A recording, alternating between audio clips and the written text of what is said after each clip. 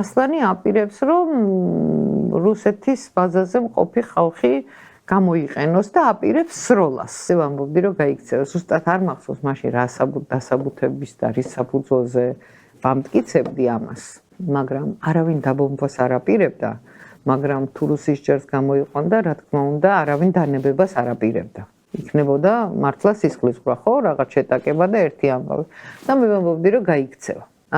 აი იმ მომენტში და ხო. ანუ რო არ გაქცეულიყო ასლან აბასიძე შეიძლება დაბომბილიყო ამ შემთხვევაში? არა, როგორ და რისი დაბომბი, რითი უნდა დაგვებომბა? მოიძეთ, თქვენ ესე იგი აბსოლუტურად არ. არა, მე უბრალოდ ვამბობ, რომ იმ პერიოდში არსებობენ ადამიანები, რომლებიც ამბობენ, რომ მე ვარ პირველი ხარისხის მოწმე, მე ვესწრებოდი ამ საუბარს, როდესაც მიხეილ სააკაშვილმა ბათუმის დამოუკიდებლობა ბრძანება გასცა. მე ასეთი ლაპარაკი თქვენც მოგისმენიათ, დარწმუნებული ვარ, საჯაროდ იყო ეს.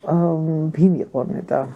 თუ არ ვცდები ამასთან დაკავშირებით ლაპარაკობდნენ ძმები ბერძენიშვილები, თავის დროზე რო სწორად მახსოვს და კიდევ ვიღაცამ თქვა ჩემს გადაცემაში მათ შორის. მას სხვათა შორის ცოტა ხანი უსმინე იმას ბერძენიშვილს რა და ეგ ეხა აკუტაგავას მიღმა კიდე ეგრესაც ყვება ანუ უსიერთყეში ყველა თავისას რო ყვება ეგ ყვება ამბებს როცა იქ ახლო-მახლოში არისო უბრალოდ როცა აჭარის ამბები იყო იქ მიშას კაბინეტი აი ეს როდესაც გაიქცა იმ ღამეს იქ ვიყავით მე ნინო მიშა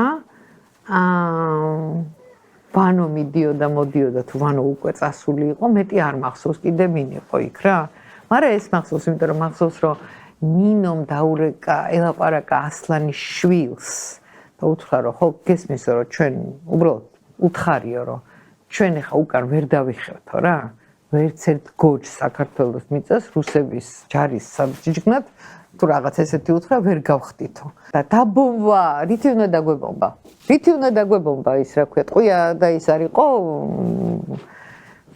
მაგრამ თუ რუსის ჯარი გამოვიდოდა ხო შეტაკება იქნებოდა მე და ირაკლი ოქროაშვილი დავნიცლავდით ოღონდ ეს წინა დღეს იყო სანამ ის წავიდოდა თვითონ აჭარაში რუკას უყურებდნენ რომ ისინი საიდან გამოვლენ ესენი საიდან გამოვლენ და ხო ძალიან მძიმე იყო ესენი უფრო დრამატულად ხედავდნენ და მე მივთხარი რომ გაიქცევა მეთქი და დამლიზლავდით მე და ირაკლი ოქროაშვილი რომ გაიქცეოდა და არავინ არ დამიჯერა და პირველი რაც ქნა ასლანი რომ გაიქცა მე დამირეკა და მithori ახლა მოვდივარო სად თბილისში შემოსასრულთან დამხვდიო იზლავი დავიდე რამდენიც გინდა და ერთი არ მოგიგია ყველა ესე მოიგეო იყო ეს საფრთხე ასლანი ასე იმუქრებოდა მაგრამ არც ესე ჩავთვალე რომ ამას არ იზავდა რა ბევრი რამის გამო არ იზავდა მან იცოდა რომ აჭარაშიც არ ყავდა მომხრეები ამიტომ არ იზავდა